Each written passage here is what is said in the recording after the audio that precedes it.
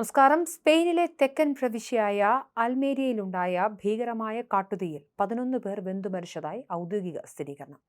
മരിച്ചവരിൽ ഒരു കാറിനുള്ളിൽ നിന്നും കണ്ടെത്തിയ 4 ബ്രിട്ടീഷ് പൗരന്മാരും ഉൾപ്പെടുന്നതായി അന്താരാഷ്ട്ര മാധ്യമങ്ങൾ റിപ്പോർട്ട് ചെയ്തു.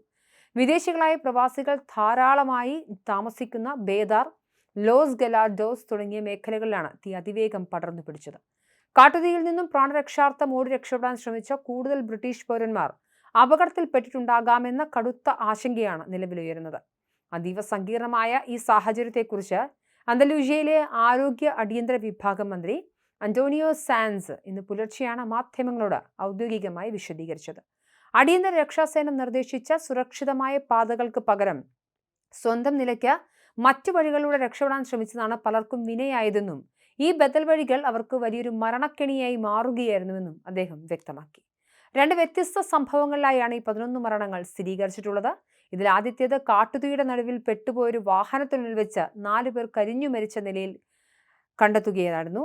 ഇവരെല്ലാം ബ്രിട്ടീഷ് പൗരന്മാരാണെന്നാണ് പ്രാഥമിക വിവരങ്ങൾ സൂചിപ്പിക്കുന്നത്. രണ്ടാമത്തെ സംഭവത്തിൽ തങ്ങളുടെ വാഹനങ്ങൾ വഴിയിൽ ഉപേക്ഷിച്ച് കാട്ടുതീയിൽ നിന്ന് രക്ഷപ്പെടാനായി കാൽനടയായി ഓടിയ 7 പേരാണ് വെന്തുമരിച്ചത്.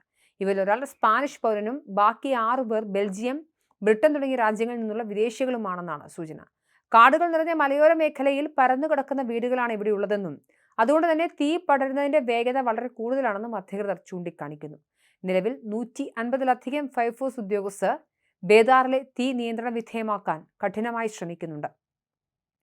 കാട്ടുതീയിൽപ്പെട്ട 6 പേർക്ക് ഗുരുതരമായി പരിക്കേൽക്കുകയും ഇതിൽ 4 പേർക്ക് കടുത്ത രീതിയിൽ പൊള്ളലേൽക്കുകയും ചെയ്തിട്ടുണ്ട്. പ്രദേശത്ത് ഇനിയും 23 പേരെ കണ്ടെത്താനായിട്ടില്ലെന്ന് പ്രാദേശിക ഭരണകൂടം വ്യക്തമാക്കിയതോടെ മരണസംഖ്യ ഇനിയും വലിയ തോതിൽ ഉയർന്നേക്കുമെന്ന് ഭീതി പരന്നു. കാണാതായ പലരും കാട്ടുതീയുടെ വലയത്തിനുള്ളിൽ അകപ്പെട്ടു പോയിട്ടുണ്ടാകാമെന്നാണ് രക്ഷാപ്രവർത്തകർ സംശയിക്കുന്നത്. കാണാതായവരുടെ ബന്ധുക്കളെ കണ്ടെത്താനും അവരുടെ DNA സാമ്പിളുകൾ ശേഖരിച്ച് മരിച്ചവരുടെ മൃതദേഹങ്ങൾ വേഗത്തിൽ തിരിച്ചറിയാനുമായി സിവിൽ ഗാർഡ് പ്രത്യേക ഓഫീസ് തുറന്നിട്ടുണ്ട്.